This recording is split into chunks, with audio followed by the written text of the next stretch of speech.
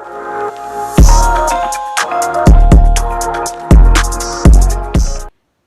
guys, welcome back to my channel. I hope you are all keeping really well and keeping really safe. I know it's not easy, and I know sitting indoors is a bit of a pain, but we're nearly there, so keep faith and all the support, the sharing, the comments, people inboxing me, telling me how much they like, and kind of just me I am. And that's kind of one of the points I wanted to get across while doing the YouTube channel, is just really be yourself. There's no point in being someone that you're not and you're trying to be someone else, do you know, that way, just to please people. But I'm literally just me, like that's just who I am. Like even when I do be stuttering and I do be like, oh, that's just me. Like there's no point in changing who you are. Today's video is going to be a little bit different. It's a really touchy subject, but it has been requested a lot, and it's something I always got asked, like how have you been, how have you dealt with it, how young were you, how did it happen, like how did you overcome that. So I hope you just kind of enjoy it, and I hope it actually helps people, because I know a lot of people are out there and they don't know how to kind of overcome it. They're struggling. Even in a situation like this, it's hard not having your mum and your dad there, and people who are living alone and they don't have a mum and dad. So it's kind of a really touchy subject, but I said I'd come on and I'd kind of just do it and talk about it. So yeah, so I hope you like my video and keep watching. First, I love my old cup of tea. And this cup says, this is my favourite cup, it says best friends forever, never apart, maybe by distance but never by heart. It's a cup I'll always treasure forever. My best friend Gillian, she went to Australia, and before Australia she got me that cup, so it's real sentimental and I love it. So Jesus, where to start? Like I did, while thinking about doing this video, I was like, how do I even talk about it? Do I just have a little chat with my viewers, subscribers? And I was like, you know what, I'm just gonna sit and just have a chat and just kind of tell you exactly just how it goes.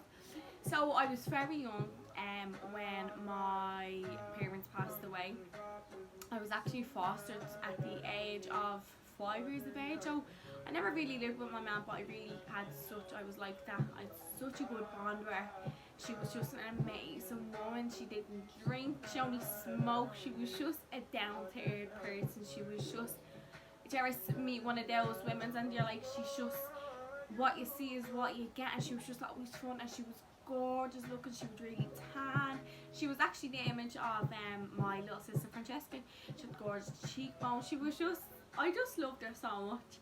But anyways, yeah, I was so young when my parents passed away. As I said, I was in and out of foster care, and it has affected me an awful lot, but it's made me the person who I am today.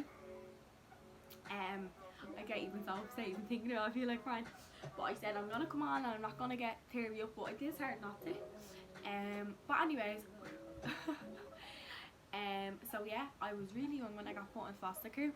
My mum obviously took very sick. She literally just suffered from mental health issues. There were so many of us. If you had watched my other video, there were so many of us in my family, and of course it's hard rearing the baby, and it's rearing not even a baby, even children. It's so hard. I live with my little nephew, and I could be like to myself, I am never having kids, but they are great and you'll always cherish them. So I ended up getting put into foster care. Beth, she always said I want them to have a good education, a good life. She didn't want the life she didn't want the life for us what she had gone through. But yeah, so that's the reason why she wanted us in a good home. As I went to foster care, not that she couldn't take care of us, she could, but she wanted better for us, because she couldn't, not that she couldn't take care of us, but it was just she found it hard. So the younger, so there was 4 or 5 of us got put into foster care. And we were in out of foster care, and we loved it but we hated it at the same time, because we were constantly getting passed around.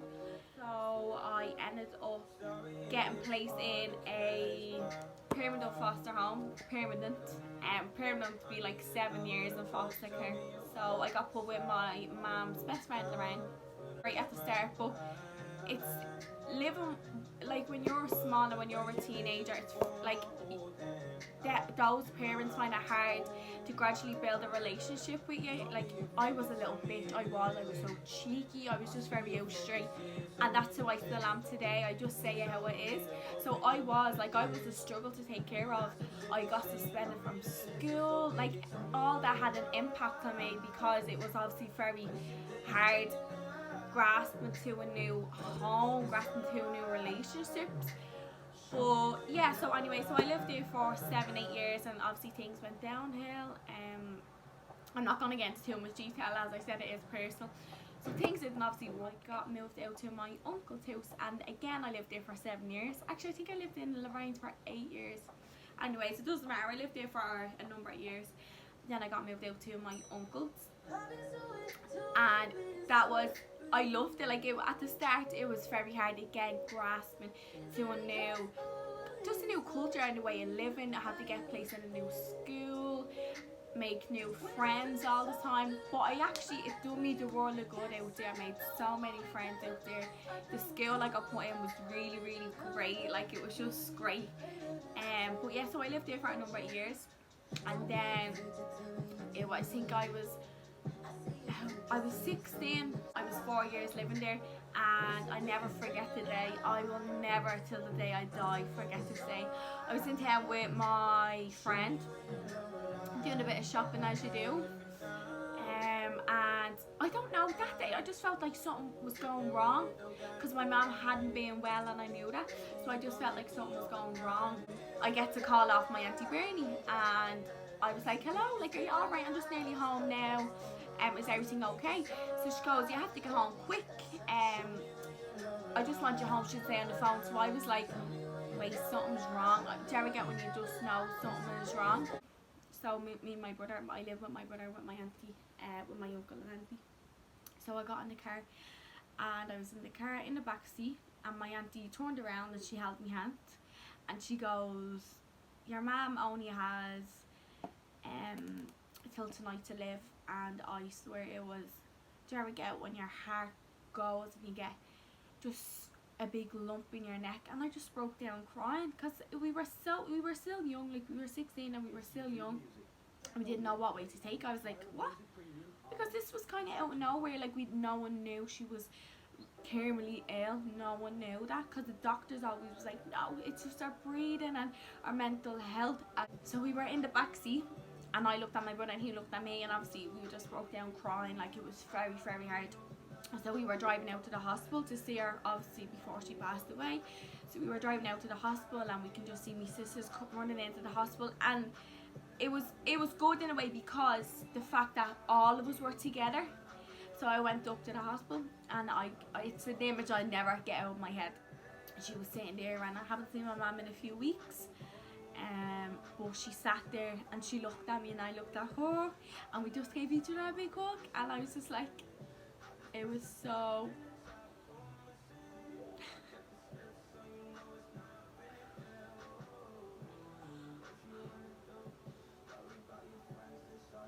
So she sat there and she looked at me, and I looked at her, and she did not look like the same woman at all. She was so like petite looking, and because she was obviously ill.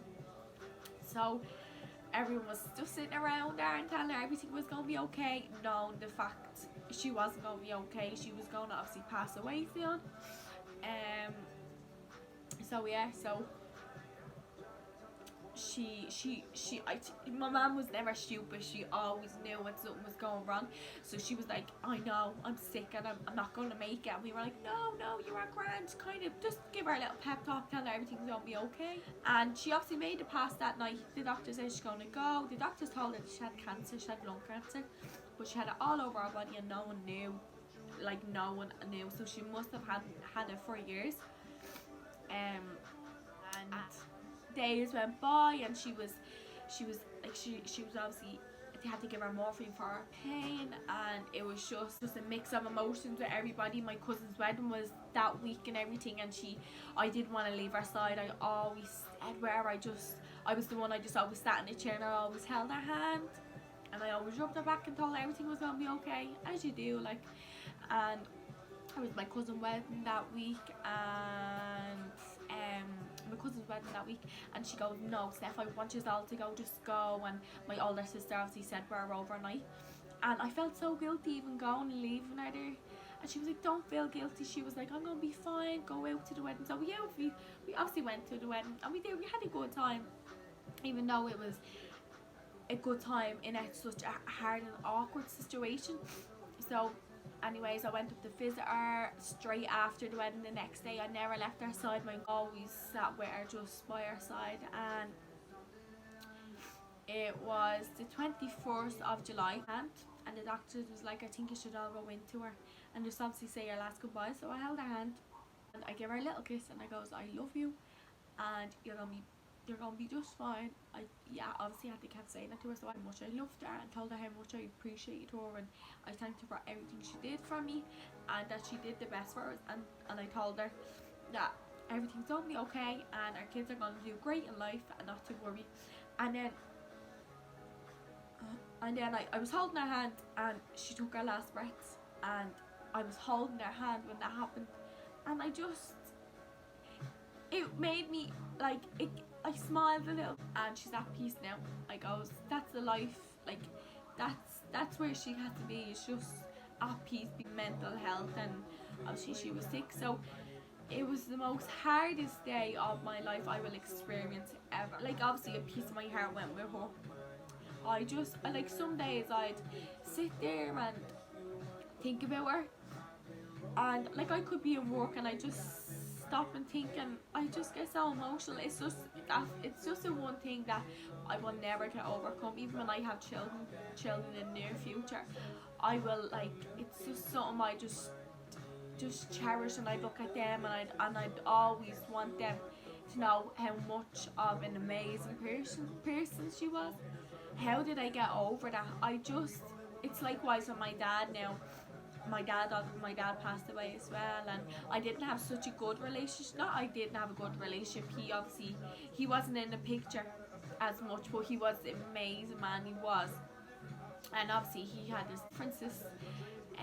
He could have been an amazing footballer over in England, but obviously stuff got in the way of that, and I'm not gonna obviously get into too much information, but stuff got in the way of that, and him and my mum split up, so him and my mum weren't together. But he was amazing. He was so good. He used to go over to the bookies, and I used to run in with him, and he used to be like, "Come on, quick!" And he was a great man. And obviously he passed away. I don't want to get into that too much, but he passed away. But how did I overcome losing parents at such a young age? It's not a thing that you can just put nail it. It's a hard thing to deal with, but you have to have a really strong mindset to say that you're your own person. Your parents now are gone, that you have to live a life of yours, and obviously think the fact that they are looking down on you and they're saying everything you're doing, whether you're doing right or wrong, they will always, like, just always have your back. I always feel if I do something wrong, I do be like to myself, it's alright, you'll overcome that. If you do something right, then you're always looking down on it, and they're always just encouraging you. I always feel like I'm always being encouraged. But even being in and out of foster care, it is hard. It is really hard, and it's just, I felt like I could have gone down the wrong road, like anybody, or the right road is obviously the right road to go down. So there's no right or wrong.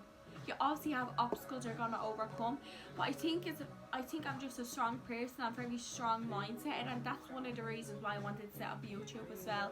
It's something what I always wanted to achieve in life, and it's something what I know my mum would be proud of. But I know she'd be laughing at me saying, "You go and do your video or whatever you're doing." I can always just picture her saying stuff like, it's just like, it's crazy. But yeah, the advice I would say is just, you have to be strong even on your worst days. Like, I do have really bad days, and I get down and I get out like everybody, and I do be like, things could be worse. So I always just say that to myself, even though I do feel shit and I don't know what I want in life, and I'm just like, man, help me, what do I do? So and I'm proud of the person who I am today, and I'm not gonna say I'm not, because I am. I've great people around me, I've great support, but I've still such a long way to go, because throughout my life I couldn't do that, you're not going to do that, you're not going to finish school, you're going to go nowhere in life. I used to always get that word in my face all the time, and it was horrible because I was only so young, and it was just some of the foster parents be like, you're not going to do this, you're not going to do that, and I'm looking back and I'm like, here I am today. I'm making it, whether it's small YouTube channel, whether it's big, whether I have a great career path ahead of me, whether I finished my education or not, you're still an amazing person. What you do in life, once you have a positive mindset, and once you are just a genuinely just nice person, you can do anything you want in life. I always say that to myself. I wouldn't be the academic type, I'd be more socializing. You can do anything in life, and I always said that. That's one thing my mum always said. So you can do anything in life. You can be anyone you want and do anything you want, and it's something that I always would stay with me forever. So you have to get out of this mindset. I taught myself that I can't do this. I used to always say that I can't do this, and I used to just give up, and I used to be like, don't know what I mean, this and that. I know I just have to learn just to be you, just be so positive in life, and just look back. And I always say to myself, Stephanie, look back at the life you had. Like, I hadn't had a great life, as I said. I was in foster care, but I'm not coming on to say pity me or anything. This is like my storyline of how to overcome losing parents and how to overcome such a difficult situation. But I always look back in life, and I always say to myself, I could have just been someone completely different in the person I am today. Like, I could have not finished school and just done completely different things, but like losing parents encouraged me to do well in life, if that makes sense. By my side anymore, makes me stronger, makes me have more of a stronger mind, and just a challenge in order for me to do well, if that makes sense. I would give people just to kind of to say that they're always with you, that they're always looking down on you, that they're always giving you signs. Like, it's just, I'm very into my spiritual, so anytime I see a white feather, I always see a white feather, always, like about 3 times a week or something. Or sometimes I used to see them like every day going to work, and I used to be like to myself, why do I keep seeing a white feather? And my friend Jess used to always see one as well. I passed away, and we used to always walk to work together, and we used to always see a white feather, and we used to always say, that's our mum, and that's her dad. And I always believe in that stuff. So think that they're always with you, that they always are gonna look down on you, that they always want the best for you. So just have a positivity attitude, and even if you have a bad day in life, think it's not the worst. It's a bad day, it's not a bad life. So I hope you enjoyed my video. It was a bit of a touchy and personal video, and it is hard coming on and talking about it, because you're, as I said, you don't know what way to kind of talk about it, like, do you know what I mean? But it is something I always got asked, like, why do you not live with your mum, and why do you not live with your dad? And then it's getting into the whole situation, and it's such a long situation. It's so personal that you don't want to be telling people as to why. But yeah, so I hope you liked my video, and I hope I helped a lot of people out there who are going through the same situation as me, whether it's being in foster care, whether it's losing parents. If you have any questions, reach out to me. I'd be more than happy to help. So I hope you liked my video. Yeah, I really hope you liked it. If you have any questions, as I said, don't be afraid to reach out to me. And I shall see you very soon. Thank you.